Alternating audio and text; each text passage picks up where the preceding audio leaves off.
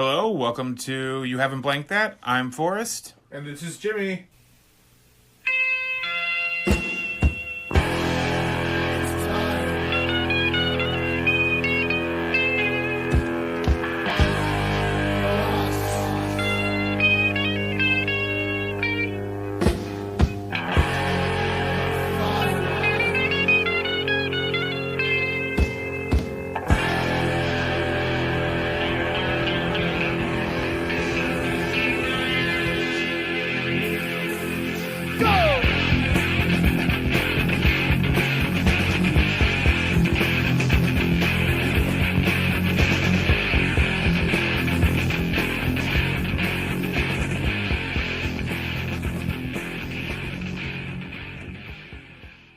Hey, Forrest.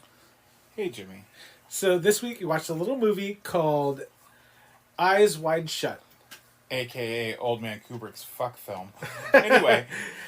So this movie, after Dr. Bill Hartford, Tom Cruise's wife, Alice Nicole Kidman, admits to having a sexual fantasy about a man she met, Bill becomes obsessed with having a sexual encounter. He discovers an underground sexual group and attends one of their meetings, and quickly discovers that he is over his head.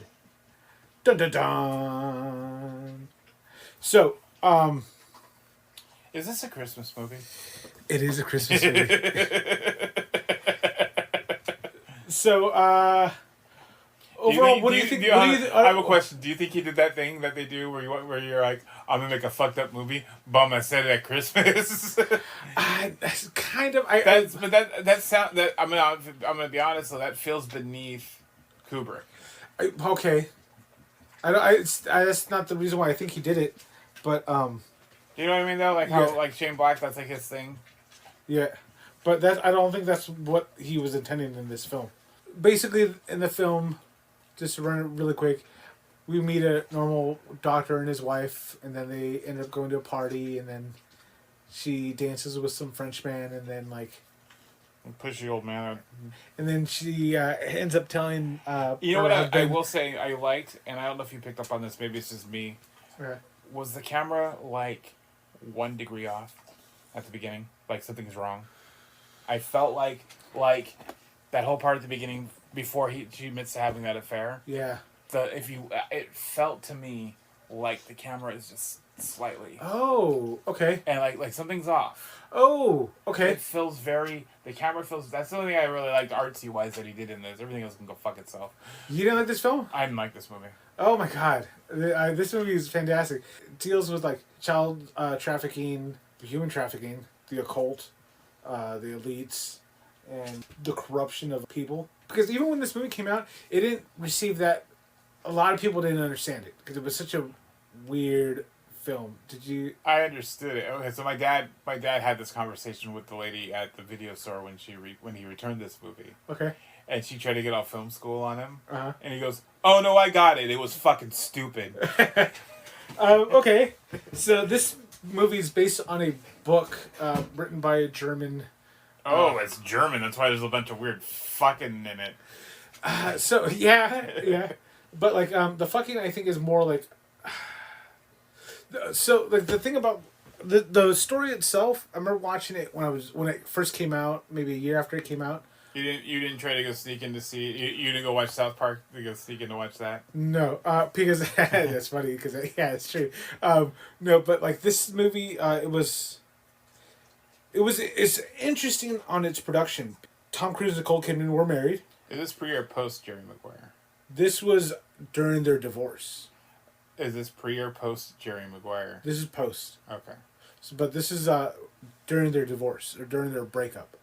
And so the fact that they're already on the way out and they put them in this film, which made Kubrick want them both in this film to have that tension throughout the whole movie. Because the entire time you don't know whether Nicole Kidman is aware of what's happening or she's helping orchestrate it all. Or why do you think she's orchestrating it all? You don't think she's part of it? No. Oh, okay. Why did you think she was part of it? Because everything she says is a mirror image of what's going on. So everything when she's that's just But that's how you. Okay, so then we'll go. How do you know that's not in his brain? That he's. Just, so that's where the book kind of ties into. Did you read the book? So I've read a synopsis on it. I read part of it, and I got bored of it, and I just kind of put it off the side. But I'm sorry, you what? I read part of it, and I got bored of it. You have what? So hold on. So I got bored of this fucking movie. Because it's written. There's not enough titties in the world, Stanley. No, because the book is written very. The translation's very oldie English. But because I forgot it's like a 1980. It's 18 whatever. Yeah, so it's harder to read. So so Nicole Kidman, like especially after that scene where Tom Cruise goes to the sex party, right? Mm-hmm. And he walks in and everyone's wearing masks and like he's because the whole thing is just there's so many warnings to Tom Cruise telling him like don't even be part of this, don't even enjoy this, because in the beginning when they're at the Christmas party, mind you, Victor's house where they're having the Christmas party, if you notice in the backgrounds there's a decoration that's in that party that's in other locations. Okay. And so like it kind of like, but if you look at it, it's like it's a wreath, and it looks like a mustache, like an evil mustache, and it's got two candles in the middle of the hoops, so it looks like eyes. So it looks like just like a mustache and eyes, but it's just red candles, and there's red candles throughout the whole movie too. Red candles usually indicates a lot of things about passion and like a lust, and it's usually used in like sex magic. Does, yeah. Well, it's used in sex magic. And so... I'm sorry, sex what? Magic. Sex magic. Yeah. And so... Okay. But you see it in Victor's house in the background. Then when you see it again when Tom Cruise is being followed in the streets, and like you hear this... time? He's followed like 15 times in this fucking movie. So when he goes visit the whore, and then like he comes back out, and then like he's like walking down the streets, and the kids kind of bully him. Or after he leaves that... what's the girl's name? Dorothy? Or... whatever her name was. The whore. After he leaves her house, he's walking down, and he was trying. It was after he met Nick, and you hear the same music playing. The bargain hooker. Yeah, you hear the same music that happened in the sex orgy is happening in the streets, and you turn around and you see that guy in the brown trench coat just watching him, and he's like running around, and then he goes over to a newspaper, buys a newspaper, and then he sneaks into the Sharky's Cafe. But when he walks into Sharky's Cafe, again, it's the same mustache with the red candles. And then like as he walks into the cafe, he takes the first seat and he sits down. But when he sits down, through the door, you can still see the wreath, the Christmas wreath with the eye, kind of staring at him, and he's reading the thing. And when he opens his newspaper, it says, "You're lucky to be alive." And then he reads. That's where he finds out that the whore is dead. And then like that's when it kind of he goes back to that guy because like. But the whore, that whore, no, not that one. That whore. We're talking about Mandy, the fucking speedball girl. Yeah. Yeah, speedball girl is different than the whore. The whore got the AIDS because they're like, oh, she tested positive for AIDS. Right. So speedball girl, she was. And also, I like how fucking. What's his face? Is like, can you get this fucking ODing bitch out of my room? This whole time? Yeah, so that OD bitch, that's the same girl that was... Because remember when, like, Tom Cruise got caught out at the sex thing? There was that girl in the mask, and she was like, oh, yeah. you should leave. You should not be here. You're in danger. And, and then Tom Cruise is like, oh, okay, and he says stick around a little bit longer. And then she tells him again, you need to get the fuck out. But by that time, it's already too late, and he got caught. And so they bring him in, and then they have that big old, like... What's the house password? Yeah, he doesn't know, and they're like, okay, and they ask him to remove his mask, and they tell him to get naked because they were gonna punish him, and then that whore ends up stepping out, getting undressed, and taking his punishment for him, so he leaves. That's the girl that died. I got that. So I picked up on that. Yeah, so, but like coincidences? Oh my gosh! So who do you think the guy in the red cloak is? I think it's Greg from Dharma and Greg. Fucking A, right? Fucking A. But like this movie, it's creepy and all the things that you see because like there's certain people you see in the beginning of the film where you see them at the party where they're all dancing around and like Nicole Kidman takes that French guy, and they're dancing too long in the center. You see them talking to a young girl in that area. Not younger, obviously she's of age. But the thing too, it's like you have like Kubrick has a way of showing you things without you seeing them directly. Because in that party, that first party, there's no food, but there's alcohol always within arm reach at any given point. Because they're trying to show you that these are the elites that for this story, they don't concern themselves with like food or like that type of a thing. But the only time you see anybody eat, it's people of lower class that are eating. So when Tom goes into the diner, you see everybody's eating.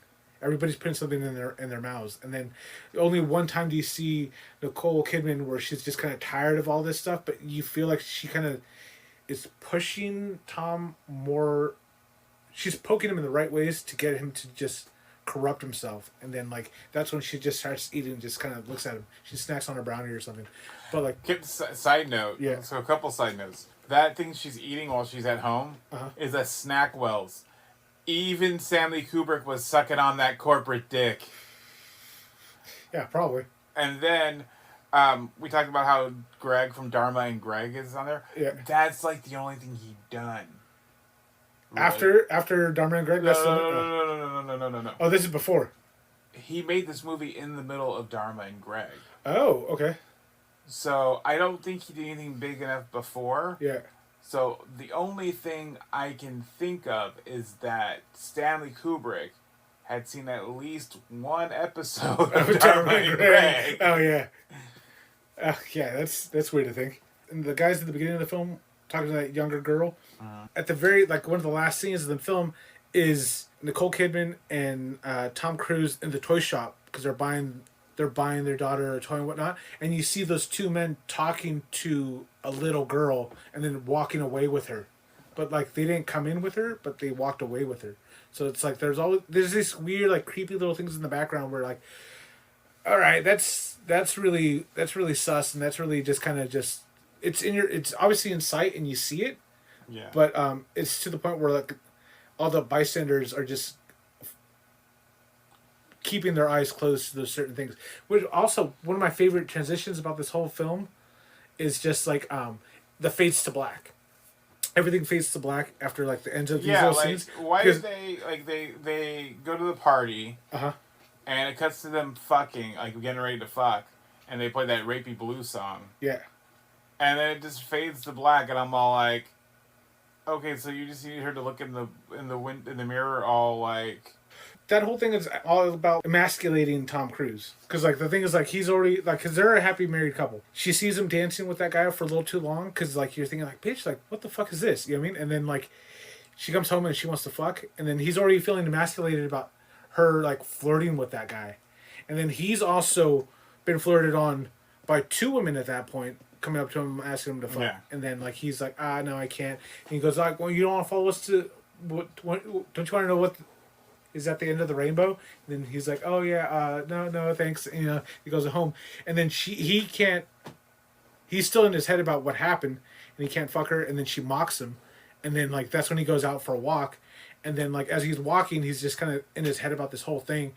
That's when the 6 kids walk up and fucking like he steps out of the way to like kind of whatever, and the kids shove him and push him to the edge of the curb, and to the point where like he's just kind of like what the fuck. And then that's when he meets the whore, and he's like, oh, okay, cool. But the whore is interesting too, because like it's you got 2 people living in the same household, but they're never in the house together.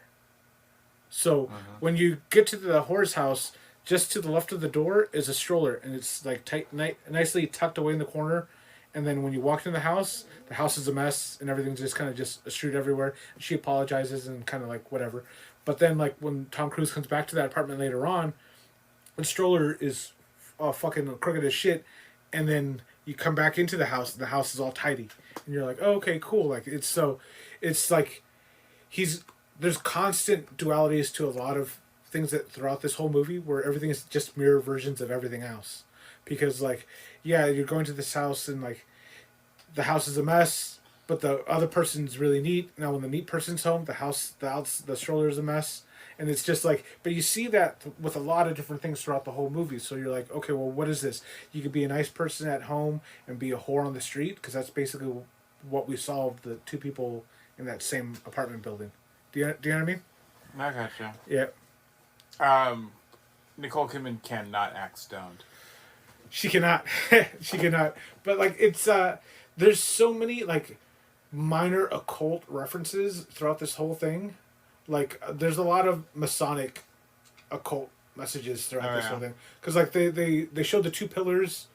When it comes to Masonic, there's always the when it comes to the Masons, there's two pillars and they stand for two different gods or godheads type of figures. One's a feminine and one's a masculine, and between the two of them, there's a version of taking the two and then making it into one, but then it becomes like a bisexuality of the two, like a reverse inverse of like the two. Sorry, it's late, but this whole movie is just a repetition of the same messages back and forth. Like here's this version, this reversal. And that's why everything's all like flipped when he goes back the next day. Because if you take the scene, if you take the scene where the first party where you see like everyone standing and it's that you see the chandeliers and you see the people kind of gathered around and you see this kind of the open room, super nice. But if you take that image and you reverse it because it's all light and red, and you flip it around, then it's black and red, and that's the same shape of the ceremony that Tom Cruise watches with all the masks, all the capes. So it's like you see that version and you see this version, like unless you see the pictures side by side, they don't look the same, but the silhouettes are exactly the same. And not only that, but like with Victor's the one who, like, I believe he's the one in the red cape. Because, like, when he's talking to Tom Cruise about the whore being dead, he goes, I whores die all the time and blah, blah, blah. The pool table is red. And, like, he walks around the circle, like, a couple times on the pool table while he's talking to Tom Cruise. Just like in the ceremony that he was having, he walks around in a circle, you know, commanding the room, also doing his, like, magic works there. So like it's one of those where it's like you see people doing the same things back and forth throughout the whole film, and then when Tom Cruise is at that sex party, everything that happens to him when he comes home to Nicole Kidman, she wakes up from the dreams like, oh my gosh, like I just had a dream, and then she kind of almost hits nail for nail exactly what happened in her dream happened to him in real life. And it's like, oh, okay, like interesting, like how would someone have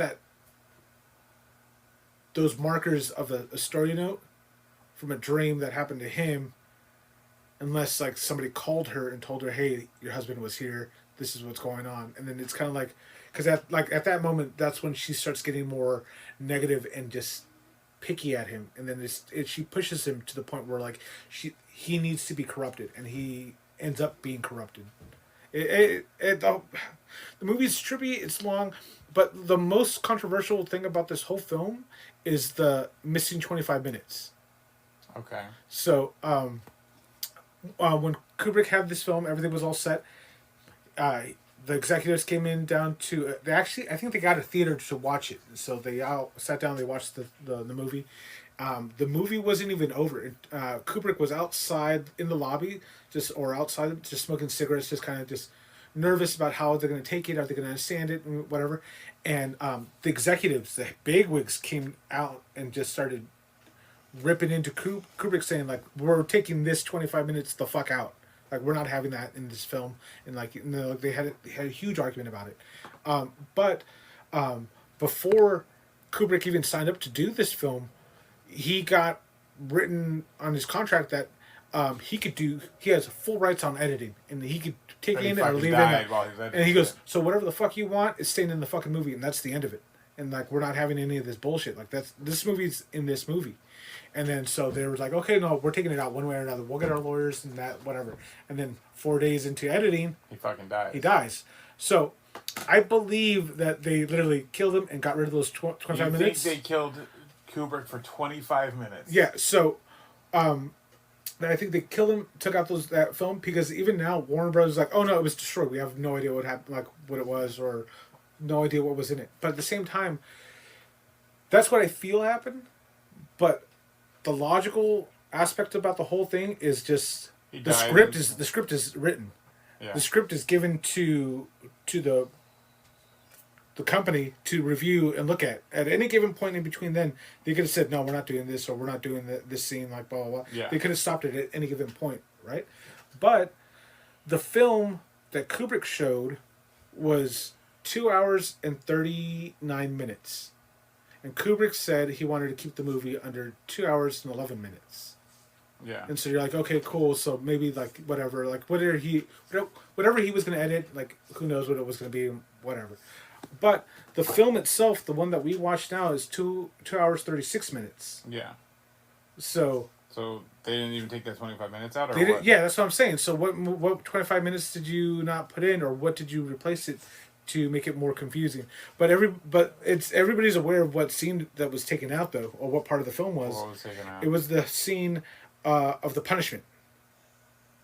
Oh, they were gonna have him get punished, and then they No, the woman being punished. That was what they were wanting out. I'm gonna go with Because everybody's fully aware that it's just one scene and it is that scene. But like, how does it move the story forward? It's supposed to kind of clear up who these people are and what exactly are they doing. But like, you find that out. Like, you don't need that. You find out subtly, but you don't see it. But if this movie is so genius, then why does it need to be shown? Or why if this movie is so genius, like you keep saying this? So a lot of people believe that the scene itself. Why does that scene need to be in there then? So a lot of people believe that the scene that they took out had to do with pedophilia and with child sacrifice, and that's what they pulled out of the film. Which is as for a company, yeah, we're taking that out because that's too far. You know what I mean?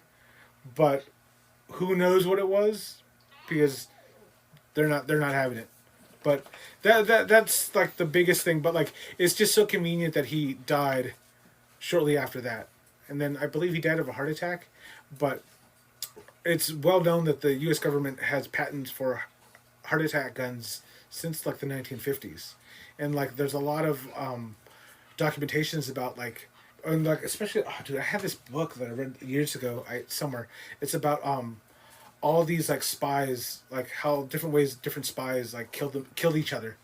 Yeah, like this film is just I didn't like this, dude. Like, this film back in the day, I didn't understand it. Even now watching it is just, and I think he's just too full of his ass at this point.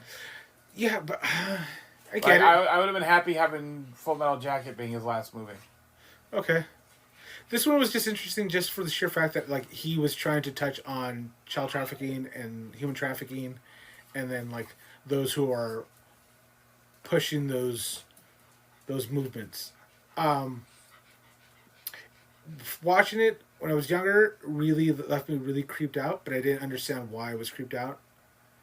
Seeing it now, I see a lot of these like hidden double things. I'm like, okay, I see where, because like for the longest time I didn't understand what the fucking mirror on the poster was supposed to be, where she's hugging Tom Cruise and she's staring into the mirror. I'm like, that never made sense. And then now watching this, you realize, oh, everything is a mirror in this whole film. Like, but until the mirror breaks when he starts crying at her feet. Yeah, jeez. He got his Stanley Kubrick crying. Stanley Kubrick crying. I don't think he was the Stanley Kubrick crier in this one. Yeah, I don't think this was my favorite. This is not my favorite. Think about every Kubrick movie. There's at least one man, who cries. Dr. Strangelove, yeah. Lolita. Yeah. It's usually the main character, or one of the main characters will cry, and that Kirk Douglas doesn't, but that the other guy does. Full Metal Jacket. Yeah.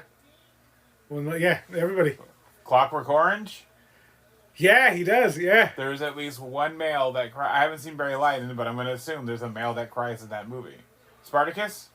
I haven't seen Spartacus. Yeah. Is there? See. Yeah. So there's at least one man who cries in every Stanley Kubrick movie. The Shining. Yeah. Fucking Jack Nicholson does it at some point, right? Yeah. I think so. Does he cry? I think he does at one of the points because he's like when he's. I know he's frozen with tears down his face at the end. So that would count. Yeah. Yeah, crazy.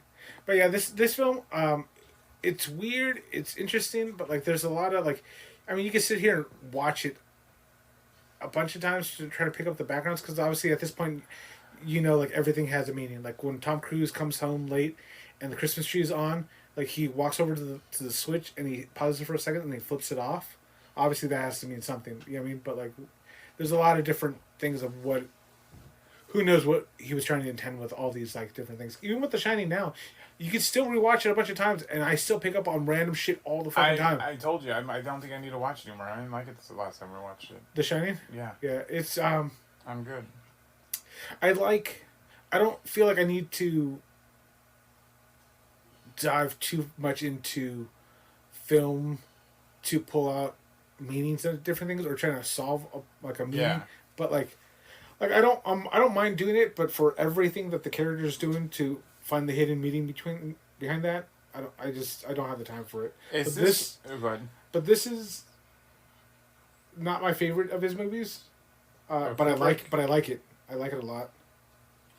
Is this what Vanilla Sky is like? No, Vanilla Sky is way more digestible than this is. Vanilla Sky is it's just a story of a man who doesn't appreciate what he has, and then he figures out that like he should just go and do it. It's good though.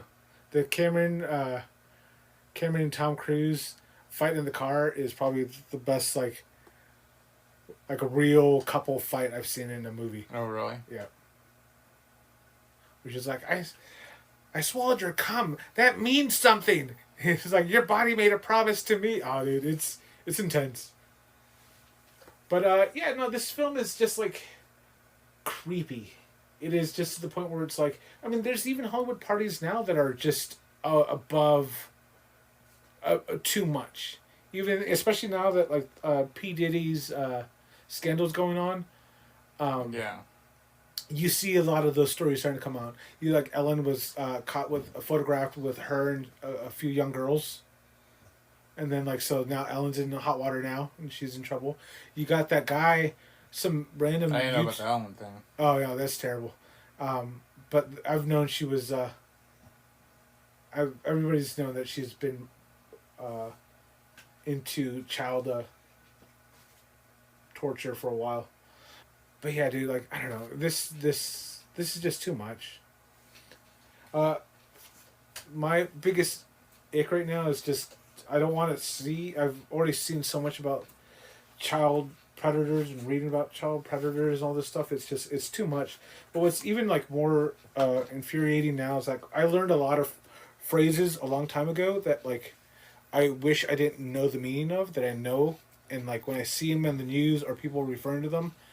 I'm like, this sucks. Because like there's I saw a video that someone showed me, and it was this girl who's got to be like maybe 15, 16 years old, and she's in the back seat of a car, and there's these two black guys kind of like, yeah, blah, blah, blah, this and this, and they're talking about the girl in the back seat. It's like, this is our bitch, and da-da-da, we fuck her, and blah, blah, blah.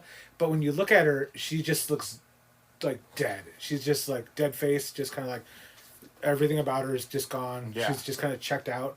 But what's more interesting is her eyes. And her eyes, obviously, they're just glossy and just kind of whatever. And you're like, is she high? Is she not? Like, it's something about her you already know that's wrong. Especially, it looks like she has two black eyes around her eyes. And then it's like, oh, fuck. Because when people have that blackness around their eyes, it's referred to as Panda Eye.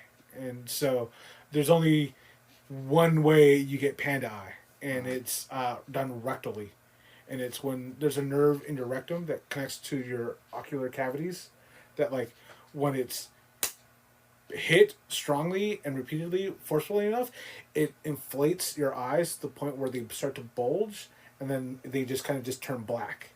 And so when I hate talking about this, but when people refer to panda eyes, it's usually in reference to children.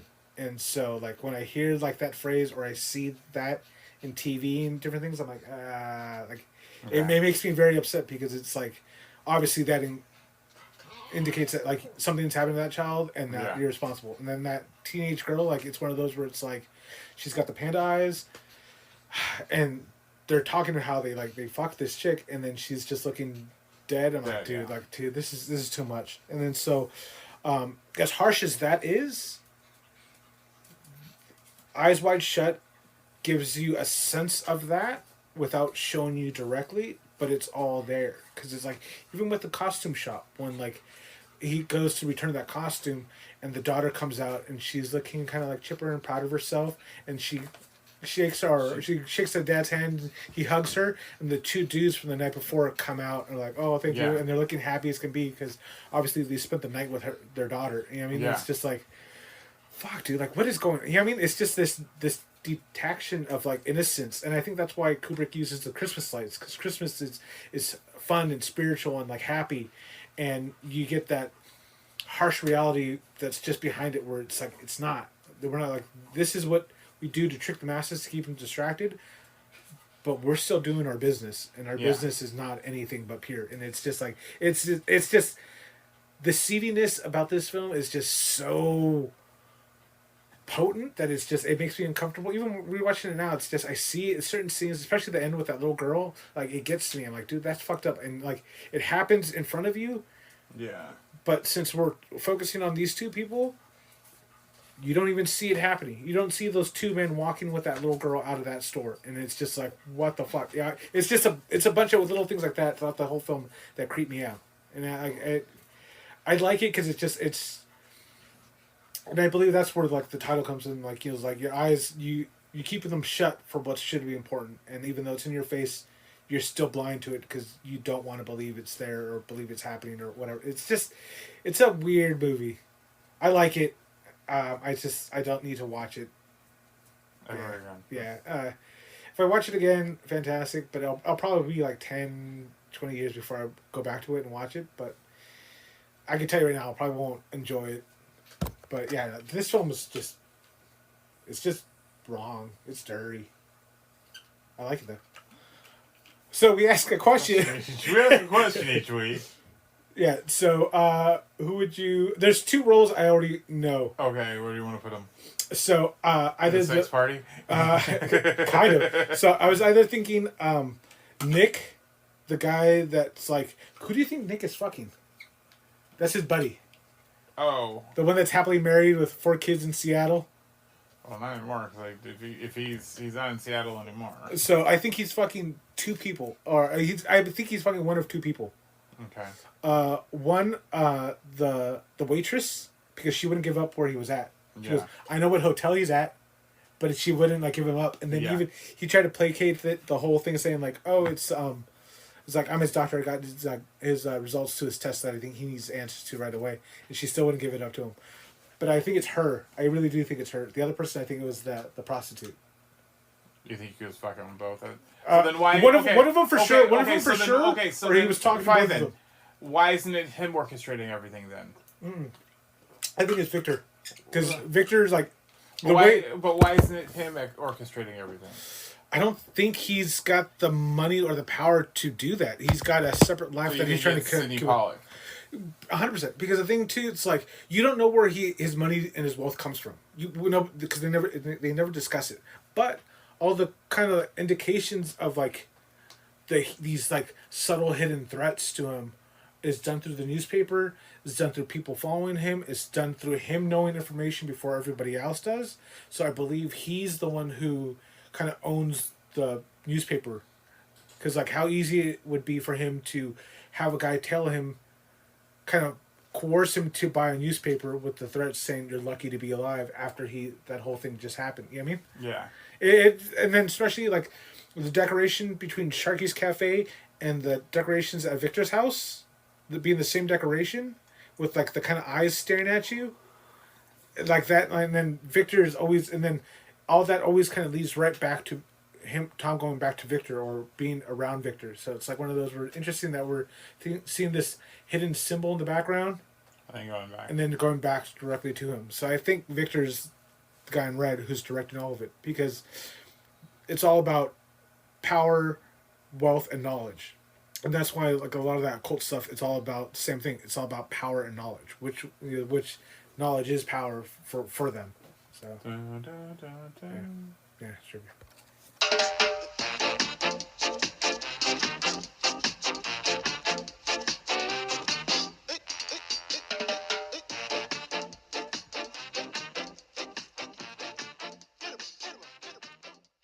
Can you bike anything? Or you've been busy as shit and you haven't been able to. I unfortunately have been so busy. No, not really. I have honestly, I got a promotion, so I've been trying to like take on that new responsibility, and then unfortunately I had that death in the family, Yeah. and I watched Yeah. Argylle. I saw Argylle. Argylle. It's Kingsman adjacent, essentially. No. Yeah, Okay. it's Kingsman adjacent. But where Hulu? They're Apple. Okay. I got rid of my Apple Oh, because there was really nothing for me to, like. There's stuff on there, but like stuff I got to commit to. I'm like, do I really want to watch this? It's so hard to like. I'm always like. And then to navigate it too, it was a little. I don't give a confusing. shit about Matt. I figured that out. That's fine. I don't have time to start everything I want to start. Like the stuff on there looks good every once in a while. Like if they brought back some more fucking lasso, like I'm jumping on that fucking lasso. Yeah. But like everything else, I'm like, oh, this looks just okay. Yeah, right. I did see the Archer season. I don't know what season it is or if it's the last one. This I is just the ended last season. Oh, But it's the one where ISIS gets taken away by the CIA or the FBI. The government takes away ISIS and they become drug runners. then I'm not sure that might be. I'm not And sure then what like it is. drug running turns into like Pam doing a bunch of coke, and then she gets super skinny and hot, and then then they go from being drug lords to arms dealers, and then it just it's pretty good. Pops watched all of it. And then but it's funny because like the ongoing joke on that one was they keep saying these dirty, like, you know how the Archer goes phrasing. Yeah. Everyone kind of stops on that joke except for Archer. He goes, "Are we done with phrasing? Is that not happening?" Every episode is pretty funny. I started Fallout. Oh, I saw Fallout. Fallout. I didn't watch all of it. I saw it all. Is that good? I love it. My dad liked it a lot. I too. love it a lot. It's I got really to good. the first episode, but I always get so busy. Yeah. So you're only in the first? Yeah. I can tell you right now, I'm bummed that it's only the 8 episodes. They're doing more. They got renewed. Yeah. Yeah. I guarantee you they did, because like it leaves you on a cliffhanger, and I never played the game. I knew the premise of the game, so I was like, okay, cool. And then this one really gives you what I know of the game, and then just kind of just flips on. It's dope. It's really cool. I liked it a lot. And I read that book you recommended, Rules for a Night. Oh yeah, did you like it? I liked it. I did. Right, it was really good. It was it's good. Simple, really quick read. Well, yeah, but it's also the like how to be a gentleman. Yeah. It's good. I liked it. But it's like a letter to his kids the night before he was about to die. Which is can tell you right now, that guy could write fast if that's one letter to his kids. Well, it was a short book. It didn't take that long. Did you finish X-Men? I did finish X-Men. What did you think? Okay, although that wasn't finishing. Did you watch this week's episode? I did. I was watching that, and they're fighting him, and I'm all, they're not going to do that. Oh, I didn't see it coming. I was like, huh. They haven't done that in this show, but they wouldn't do that in this show. That's like really close mythology. And then I'm thinking like, no, it's not. It's fucking 30 years ago. Yeah. And then they fucking did it at the end. And I'm like, no fucking way. Yeah. And he's like, what? And I'm all, I just said in my brain, no, they're not going to do that. And then they fucking did that. Yeah. And she goes, what did they do? And I'm all, they pulled the fucking adamantium out of his fucking body. Yeah. Then when the moment it dawned on me is when it was happening was when Wolverine stabbed him in the back, and then you see the blood on his claws. I'm thinking like, wow, Disney, that's really progressive of you. And then I was like, oh fuck, like he stabs him, and I go, they're not gonna do that. Yeah. I'm like, holy shit. I'm like, oh fuck, they killed Magneto. They're not gonna do. And I'm like, they're not gonna do that. Yeah. And they fucking. I like how they matched. It's pretty much almost similar to what the comic was. The same like.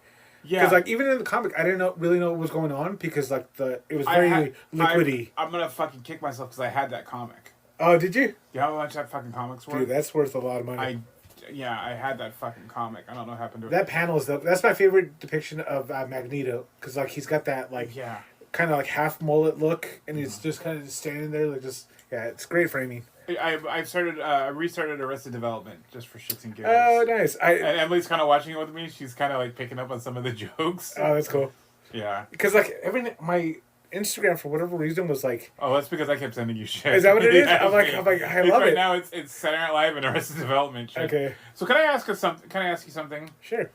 So, when did Alien Day become a thing? Alien Day? Alien Day. Okay, so you don't even know what the fuck I'm talking about. So No. it's not a thing, and I'm not crazy. Okay, so I get to work, and there's fucking alien stuff up, right? Now... Like Ridley Scott? Let me get there. Okay. So they, at my work, they have like... Because I'm aware of Alien Weekend, but they refer to it as Roswell Weekend. All right. That's in New Mexico. So that's the stuff they put up at Okay. work. Because it seemed like they kind of threw this together at the last minute. And I'm like, what the fuck is Alien Day? Yeah. Right? Like, I'm like, why is it fucking right now? And then they're like, oh, it's from when the movie was released. And I'm all, when the fuck do we celebrate this? What? We're talking about Ridley Scott's Alien. Yeah. And I'm all... So there's just eggs everywhere? No. Like, they ramshackled this together. Yeah. And I'm all like, if this is the thing I knew about, I would have helped you guys with this. Yeah. And I'm all, what the fuck are they talking? And I'm like thinking, I'm a fucking nerd and I don't know what the fuck you're talking about. I have no idea about that. I've never heard of him being like, let's celebrate the day Alien came out. That is so random. And I'm like, okay. That's like a decision I would make if I was like, the boss. and I was like, okay, somebody at work likes this movie. Yeah. And they do this, right? And then I get home and like you look at my thing, right? And yeah. I googled it. It's on there, but and I'm like, oh, okay.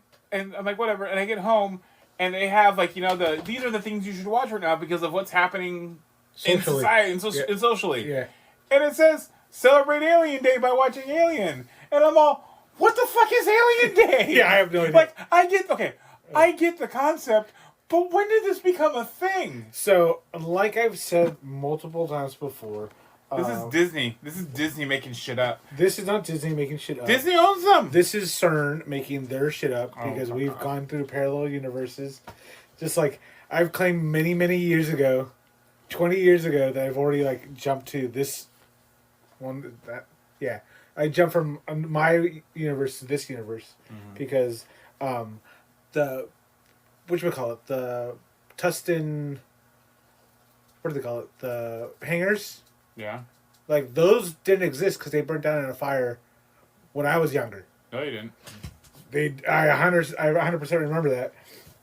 And then in this universe, they didn't burn down until, what, a couple of years ago? A year ago? Like a year ago. Yeah. But yeah, I'm like, the fuck is Alien? And I'm like, and everybody's just like talking like Alien Day is normal. And I'm all like, I understand the concept, and I'm not opposed to the concept. If this is something we're starting, fine. But all for it, but yeah. But I'm not like... Because the decor for random aliens on a... You know what it is? It's the government. But my thing is like, is this a thing Disney is doing? If No. it is, it's fine. It's the government. The government's doing it. The government's They're trying to like indoctrinate us into accepting aliens are real. Sure. Did you see the UFO that went over Alaska? No. No? Hold on, let me sidebar this real quick. Is there anything else? There was this one film that I watched. There was a lot of nudity in them. There was probably like a 2-minute clip. We'll talk about it later.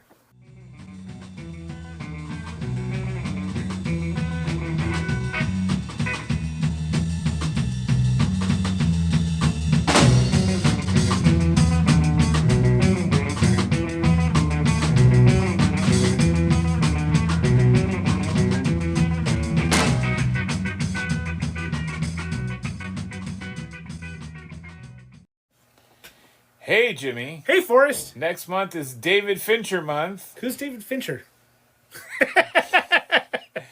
And for the first movie we're going to watch The Killer. The Killer. Next week. Well, that's going to do it for the episode this week.